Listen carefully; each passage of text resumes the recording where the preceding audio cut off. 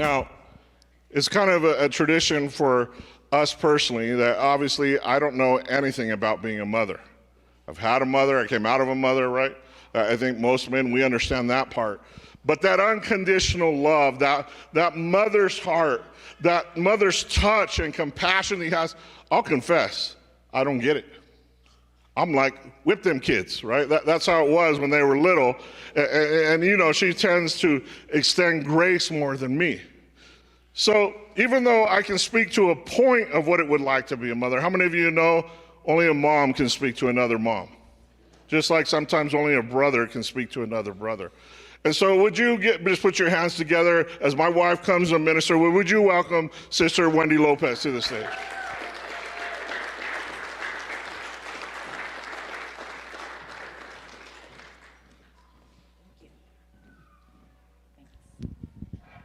Good morning. It's been a minute. Bear with me. Get everything adjusted here, but so happy to be with you guys this morning. It's a good day. It's a good day to be in God's house. It's a good day to celebrate this special day. So happy Mother's Day. If I didn't make it around before service started to say it, I'll try to catch you, but happy Mother's Day. Please make sure to take a picture in front of, the little setup out there. Be celebrated today, moms.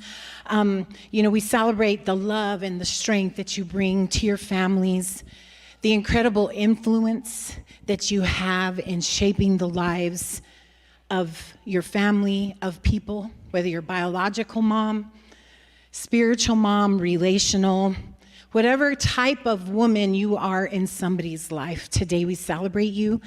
And those of us that have a mom, that have somebody, a woman who's maybe spoken to our lives, had this kind of influence in us, say thank you. Shoot them a quick text, give them a phone call. They probably want to hear your voice. Say thank you. Tell them how much you appreciate the sacrifice, how much you appreciate all that they have done for your life, in your life, and the influence that they've had on you. So as I begin to think of moms and we celebrate them today, I started to think of influence. And what a word. We think of people, not just women, but people in our lives that have had an influence, things in our lives that have had influence. But the influence, the power of influence as a mother, we know makes just an amazing mark on lives and the future to come. Whether good or bad, we can all think of someone who's made an impact in our life, who's had an influence. So we've been influenced and we are influencing. So I started thinking about that and kind of thinking about the power of influence and that it's not a new concept. If you read in the Bible, so many stories and situations about influence and how one person influenced another. But you talk, mother's words and actions carry such a great weight. From the beginning, from the moment a kid is born, God blesses you with that. You have the impact. You are the most influential person in their life from day one. Everything, how they, will they have manners? Do they learn to say please and thank you? Even what they eat. We used to joke because we'd go eat out and I'd order my kids' food without tomatoes because I don't like tomatoes. And so guess what my girls don't like now? Tomatoes. Like they just, I'm like, well, have you tried them now that you're adults? Like, do you know what they taste like? You eat ketchup, and everybody tells me the same thing. But I had that influence, right? And we always joke that it's easy to influence your kids when they're little. And then as they become adults, and you just hope that seed was planted, right? We believe God that seed's planted, that they're going to stay in His way, and all the things that you taught them, that they learned that it's grown and matured in them, right? But as a young kid, moms have the most influence, and it's huge, and we sacrifice, and it's a great weight sometimes. In Proverbs 31. 25:26, it says, "We see the image of a mother who not only acts with strength and dignity, but speaks with wisdom and imparts faithful instruction." So there is no doubt that a mother's influence can just leave this huge mark, sometimes for generations to come. Think of influences in your life that's still affecting you now. That could be positive or negative. Sometimes the negative kind of always outweighs and becomes heavier sometimes. You hear people saying, "Oh, my trauma, these things." Yes, that's a thing. But think of that influence on your life, whether good or bad, and how powerful it is. We all have influence. I was really trying to direct this and be like, mothers, we get it. I just think about it. Your kids, their education, their physical well-being, their mental, how they think about things, they're so moldable. And it's under your care and influence. And not all of us have great moms. Not everybody can look back and say, "Oh, my mom just had this amazing influence." But maybe you do. Maybe your mom loved God. Maybe your parents were these amazing influences that kept you on the path and learning God's word and being that influence, but some of us don't. And so it's about, I do, I'm saying some of us trying to be, but I have an amazing mom. She prays. If we want somebody to pray for us, and she prays for this church, and I am so very blessed that I have a mom that loves God, and she prays for me, and she prays with me, she encourages me. I am very blessed, but I don't take that for granted because I recognize how many people do not have that. So I think the power of influence is something we really need to think about, all of us, not just moms.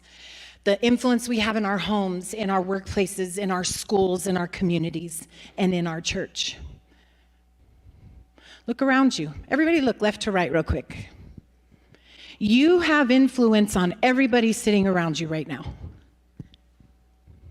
How you are in church, your commitment to church, whether you speak to that person or not, there's an influence. So we can't forget as people, not just moms, everybody, that we have such a huge influence. And sometimes it's our words, choices, kindness, and sometimes it's our silence. Everything has influence in somebody's life. So let's talk about what is influence. So the definition is the capacity to have an effect on the character, development, or behavior of someone or something, or the effect itself. The capacity to have an effect on the character, development, or behavior. That's pretty heavy. That's pretty intense to think I have that much power over somebody or something or somebody's life. That something I could say and do could affect them, could influence them. And so it's important that we recognize the importance of this and how big it is. So when I was younger mom, I was 20, I had my first daughter. And I remember I didn't know what I was doing. I had lots of cousins, babysat kids, but you really don't know what you're doing. So I remember reading the books. I remember going to the classes. I was so teach me everything. And I'm like, okay, yeah, so if they cry, this, if they do this. And I thought, okay, education, I was educating myself. I was ready, okay, book smart. I was ready to have this baby. Then, so I was being influenced through books, through what I was reading, through all of these things trying to help me how to be a mom and teach me what to look for. And then, of course, all the scary stuff. Everything has a negative. Everything's but if they're doing this, then you're taking them to the hospital. I'm like, oh my gosh, are we going to be able to keep this little thing alive, And so it was constant trying to feed myself, but that was an influence. What I was reading was influencing the type of mom I was going to become. And then I think about the ladies in the church. There was, ladies, I was one of my age group that started having kids before the rest of my friends. And so I was looking to the ladies in the church. How do I be a mom? How do I raise this kid in church and to love God and spare the rod, spoil the child, that whole thing. I grew up in a church that was very much and so it was like the discipline. I'm like, okay, I am going to discipline. Like, they're not going to, there was this old book I read that's like, they shouldn't be able to, if they step out into the street and you say stop, they should stop.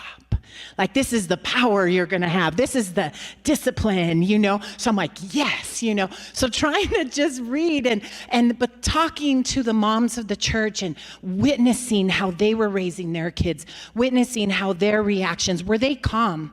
Were they just angry? Would they just, get angry and start spanking or ground them or whatever the case might be? And that so heavily influenced me. And sometimes in ways not so good. Because I was like, okay, well, she didn't really misbehave, so should I spank her now? Or do we just put her in timeout? Like, what do we do, And so there was so much influence in good and bad.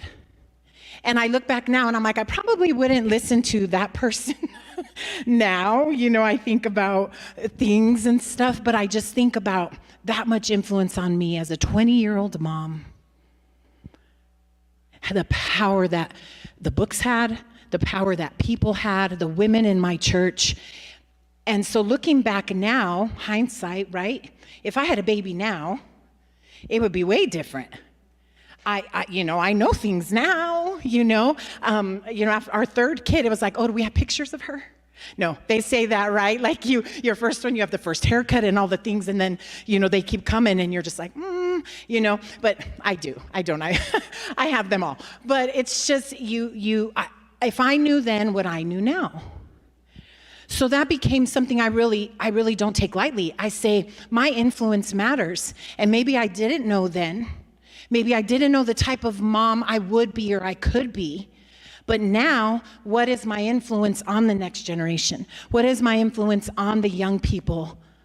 I work at a high school. I talk to kids, and I'm constantly trying to encourage them and using my experiences, using the things I've learned, whether the hard way or the easy way, to say, hey, maybe you should do this. And so the influence we have, not just on our kids, but to everybody around us.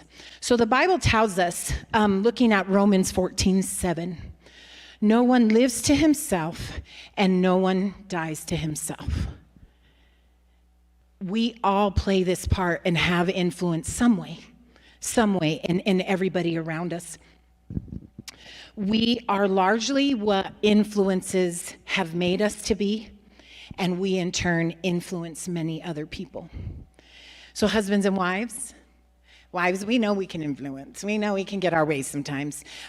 Parents and children influence each other. Teachers and students, preachers and congregations, you all have influence on each other.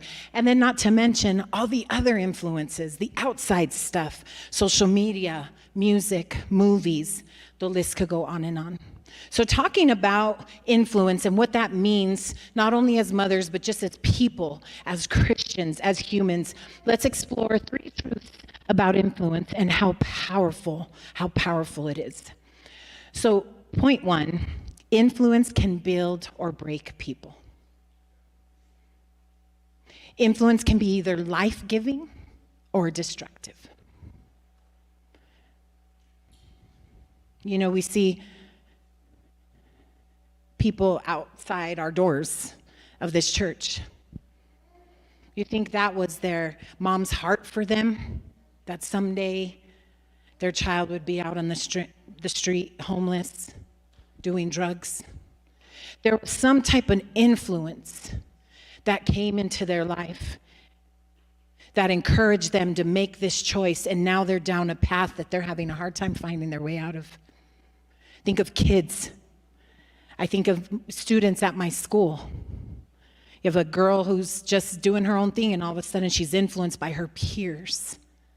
And now she's doing things you never thought she would be doing. So thinking about things in the Bible, about building or breaking, we read about Eve, Adam and Eve in Genesis. Eve's choice influenced all of humanity. Talk about lasting, outliving us. The choice she made, because she was influenced by Satan, affects all of us today. And then she began the chain of influence by influencing Adam to then eat the fruit also. What just shows us how powerful one decision can be. One decision changed everything. Looking at King Ahab and Jezebel in 1 Kings 21, there was a negative influence through manipulation and pride.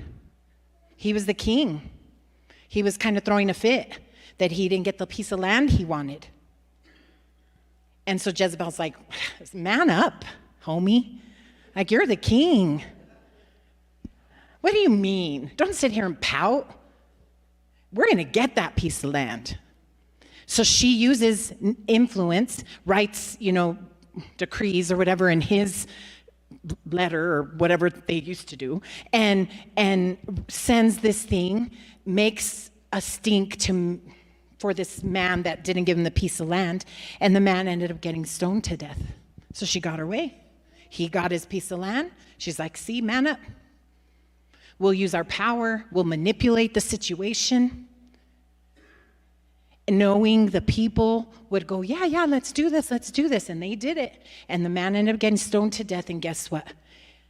King Ahab got his piece of land.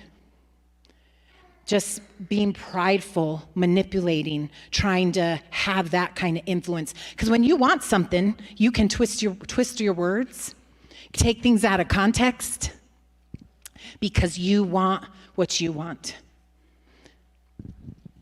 Now, there's obviously the good. We've seen building or breaking. So the building, let's think of 2 Timothy 1:5. Paul reminds Timothy of the sincere faith that was first lived in his grandmother, Lois, and then his mother, Eunice.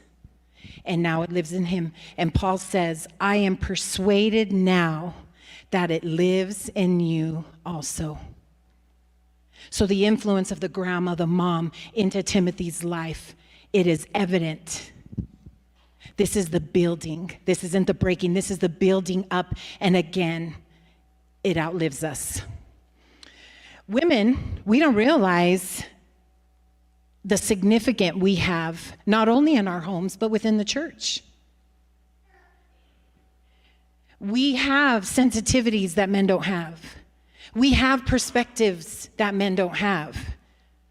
And not that we're trying to take power or anything like that, but it's just sometimes if you're in a ministry, God could use your voice, your sensitivity, your heart, your influence for the ministry efforts of the church.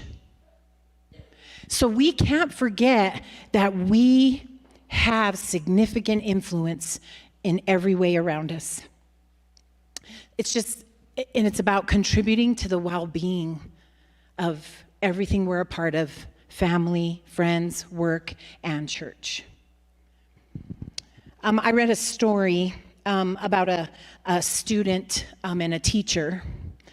And this student came to class every day, didn't talk to anybody, very lonely, sat in the corner, just didn't really interact, and did what he needed to do in school, but the teacher just noticed. So every day the teacher would just be like, hi, good to see you. How are you today? Just every day the teacher just said hello, took the time to just recognize him, maybe saying, hope you have a good day, whatever the case might be.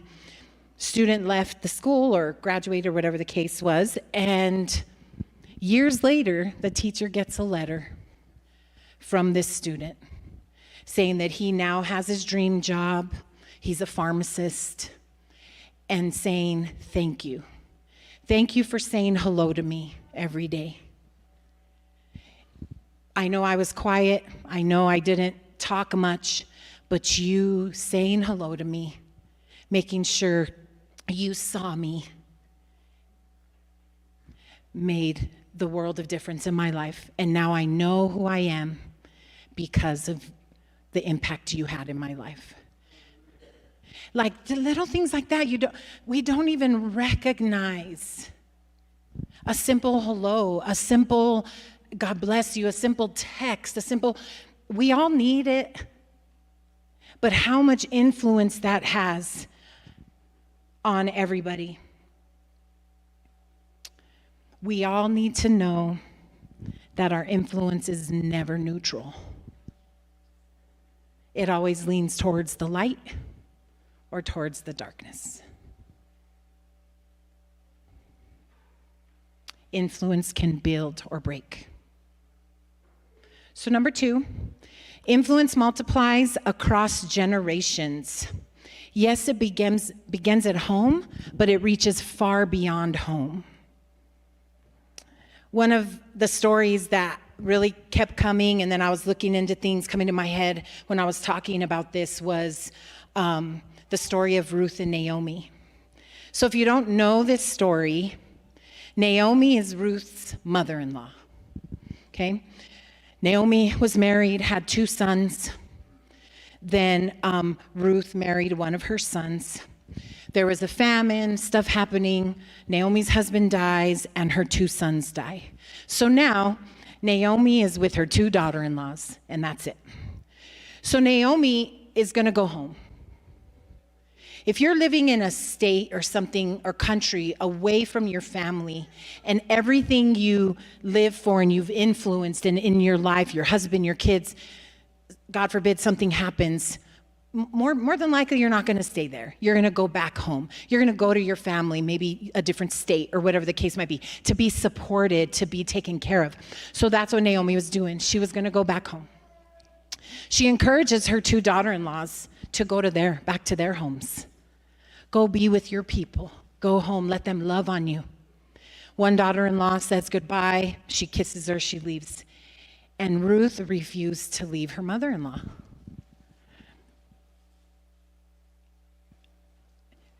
We read Ruth in 1:16. Where you go, I will go. And where you stay, I will stay. Your people will be my people, and your God, my God. Okay, I always say that Andres has the best mother-in-law. As you know, my mom is the best. But, you hear these horror stories of people just having the most horrific, horrendous mother-in-laws, right? Whatever the case might be. So how many of us would stay with our mother-in-laws if our husband died? I mean, maybe that'd be awesome. But how many of us would want to go home, go to your family, your home? So what that tells us, and as we read, is we see that Naomi influenced Ruth so much, and not just through words, but through a lived out faith. So much that she wanted to stay with her. Where you go, I will go. Your God will be my God, because what you have shown me, how you have lived your life, I admire that. I want to be around that. And she had such an influence that Ruth is like, I'm going with you. That's amazing. Ruth was changed by Naomi's consistent character and faith in God, but had no idea the importance of her decision to follow Naomi. Her decision ultimately led to her becoming the great-grandmother of King David and an ancestor of Jesus. That's incredible. So again, through generations, Naomi's influence on Ruth then became, the great-grandmother of, it's just an ancestor of Jesus. You think about that. And in that moment, that famine, they lost their husbands. They're thinking, and Naomi even said, I'm not going to bear any more sons for you. And then even if I do, what, you're going to wait till they get big enough to marry you? It was almost hopeless. We were just going to go back to our people to just live out the rest of our lives and die. But Ruth had no idea the decision to follow Naomi, what that would mean for her life. But God knows. And that influence mattered because Ruth ended up being a huge part of the history and the story. So remembering that our influence can outlive us. Can we think of things in our lives, maybe in our families, that have been passed on to us? Talked about this a little bit ago. Good or bad. Traumatic situations, maybe loving situations. Words both hurtful and uplifting. If we took a moment, each of us could think of that and how it has impacted us. That's influence. So we know that no one has greater influence on kids than you. But all of us, not just moms, need to know that your presence, your actions are forming someone else's future. You don't have to be a mom to shape the next generation. Your influence can make such a difference. Again, we looked around this room. We have the littles with us in here this morning. Maybe. I'm not seeing them anymore, but maybe not. But look around, how you treat them. Man, they're running around, they're loud, they're screaming. I had, somebody ask me, are they like out of hand? Like, are they too hard? I'm like, nope, we're good. But how you interact influences these littles on their idea of church. Kids are going to scream, kids are going to run, kids are going to put fingerprints. We guide them and say, hey, let's not do that. Let's go wash our hands, or, but when you're just like, knock it off, or your reaction is an influence on their thought about church. Do they want to come back? No, that old person's mean to me. And I have to think about it all the time. I'm in kids' church every weekend, every Sunday. And I have to think about that. Sometimes I'm like, oh my gosh, what did I get myself into? I'm feeling too old for this. But they're loving, they love you. You feed them, they're good. We have, we do crafts, we do these things to just try to teach them and influence their lives so they can leave here, even visiting families, so they can leave here and say, look what I made. Look at this scripture we read. That's influence, even in the smallest. You have to be present, you have to be intentional, and you need to have God's truth in your heart, and you need to be living it to impress that on the kids in your lives, on the people in our lives, and people that we encounter every single day. Is God's word impressed in your heart that you're able to share that? That what comes out of your mouth is a positive influence on people. Matthew 5:16 says, let your light shine before others so that they may see your good works and give glory to your Father in heaven. It spans across generations. It outlives us. Point number 3, influence today moves faster and louder than ever before. Influence changes with culture, but never loses power. One major difference between now and decades ago is the scale of influence. Can we agree? Influence now is at the tip of our fingers, man. And it's scary. We have little kids on social media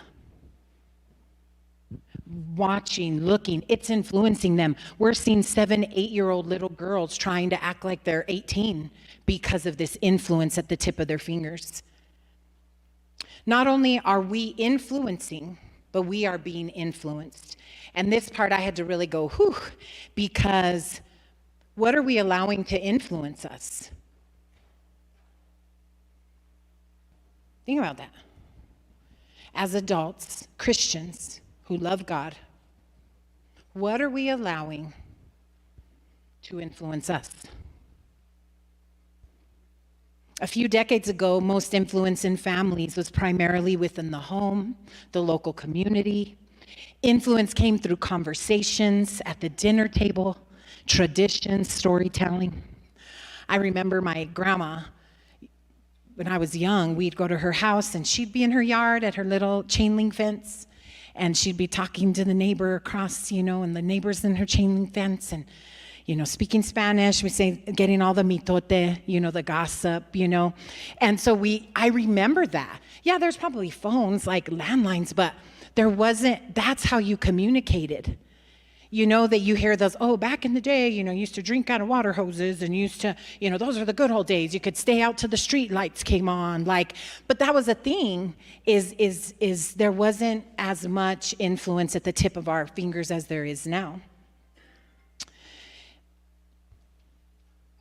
So then obviously magazines, TV, newspapers, now influence is magnified by social media, public platforms, instant communication, crazy marketing. You think about all of it, politics. There is an influence from both sides everywhere you can look. What we buy, you don't have to lift your hand, but how many of you have been influenced to buy something from like social media or like TikTok? Okay, all right. So the funny thing is that you used to just have to buy it. They're like, this is the best cream for your face and your neck, it'll make you 10 years younger. You're like, yes. You go and buy it and you're like, not so much. And it doesn't do what they're advertising. But that's been advertisement, right? Commercials have always been that. They're not going to put a girl with frizzy, dry, half-dyed hair in a Pantene commercial. It's going to be this lady with beautiful, luscious hair that she's never had issues in her life. And they're going to be like, buy our shampoo and it'll do this for you, And so you're like, yes, I'm going to have hair just like her, And so we have that influence in commercialism. We have that influence. And it says, I read a little thing that said 80% of consumers complete a purchase after seeing an influencer recommend a product on social media. So now there are influencers. There are people who make money now to get on an app and tell you how good things are or how great they can do their makeup. Or, hey, I go to Disney every year, so follow me, and I'll tell you the tips and the tricks. Travel, makeup, you name it. I'm not on the men's side, so I don't know, beard kits. I don't know what you guys buy. But there's a presence in everything to influence you, some way, somehow. We get instant influence on a decision.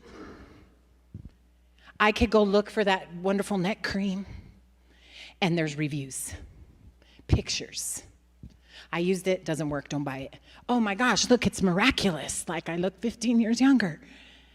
You get instant reviews, instant influence on that decision you're about to make. That's how things have changed. A voice can reach thousands, if not millions, in a blink of an eye. There's a lot of ungodly influence. Is that what we're allowing in? Is that what we're allowing to influence us? Music. I'm a music person. I'm going to go on a lyric show because I know lyrics to everything. But guess what? Sometimes there's a song I'm like, oh, that took me back like to junior high. And I have to say nope, because sometimes things affect or take us back to a time that wasn't healthy for us, wasn't good for us. It influenced my life then. Listening to it now, is it affecting me? Is it affecting my mood? We talk about listening to praise and worship. Why? Because it puts you into the presence of God. It has an influence on your mind and your heart. I play worship at work all day because, man, I'm like, hey, Jesus in my heart, Jesus in my heart, And so I have the worship going and I'm singing, and it's a reminder, it's an influence in the moment. People will walk into my office and they'll start singing and I'm like, oh, and they're like, I love this song. I'm like, me too, and it's just, it's the influence, even in those moments.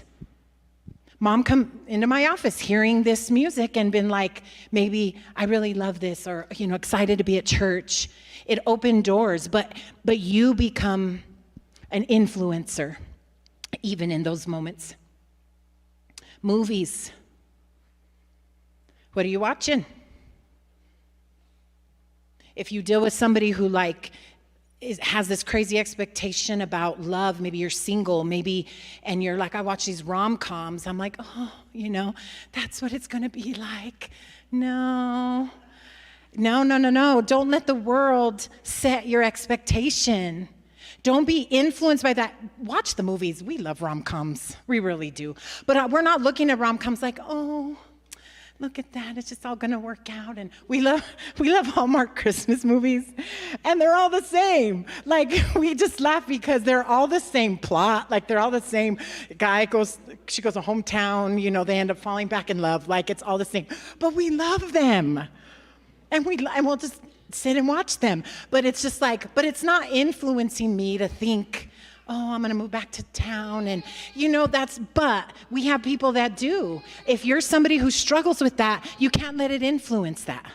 You got to be careful what you allow to influence you. The core of influence remains the same. It changes with culture, but it never loses its power. So John 4:28 says, we read about Jesus and the woman at the well. After one encounter, the Samaritan woman ran and influenced her entire village. She had no social media, just a story of transformation and courage to share faithfulness. Read that story today. The woman in the well. How she was touched. She went and shared, and it became a heavy influence on that village. So we can't forget that we are always influencing. Everyone influences someone through words, actions, attitudes, priorities, and even silence. Influence never ends. We are either planting seeds of legacy or regret. And it's not always obvious. You can plant a seed. Maybe you don't even know you're planting the seed. A simple hello to that quiet person. We won't always see immediate harvest, but we know that God has a plan and will use you to plant a seed and make an impactful influence on somebody's life. The question today is not whether you will have an influence, but what kind of influence will you have? It's a gift, it's a responsibility, it's a calling. What will your influence say long after you're gone? Are we using it for good or harm? Have we learned from mistakes we've made? Are we perfect? No. This was hard for me. Cried a little bit. Because, man, sometimes I'm like, I messed up. Whew. But God says, you know what? Let's keep going. Start today. My relationship with my kids now is different than it was when they're younger. They're adults. What kind of influence do we have now? Looking back, regretting, isn't where we need to live. God says, be that godly influence today. Make the changes today. If there's negative influences in your life, are you letting them go? Are you letting God open your eyes to say, this is probably not good for me? Things that have maybe happened in your past that have negatively affected you. Are we letting those go? Are we not allowing those to cause us to influence based off of that? Generational curses. We grew up with fear. We grew up with these things. So now I'm influencing my family, the next generation, based off of that influence. We have to be strong enough in God's word to say, no, I will not be that influence that maybe was shown to me. We need to speak into the lives of children, encouraging them to follow Christ, moms, grandmas, aunties. We need to all show love, grace, and forgiveness, kindness. We can choose that or choose to reflect the world's values, selfishness, anger, fear, hatred. You have the power this morning to be a godly influence. Be encouraged that your influence is not only shaping the future of your own children, but also the next generation of believers. What we have this morning, we need to share. We need to be that influence to build. That influence that will last through generations, that leaves a legacy of positive building influence.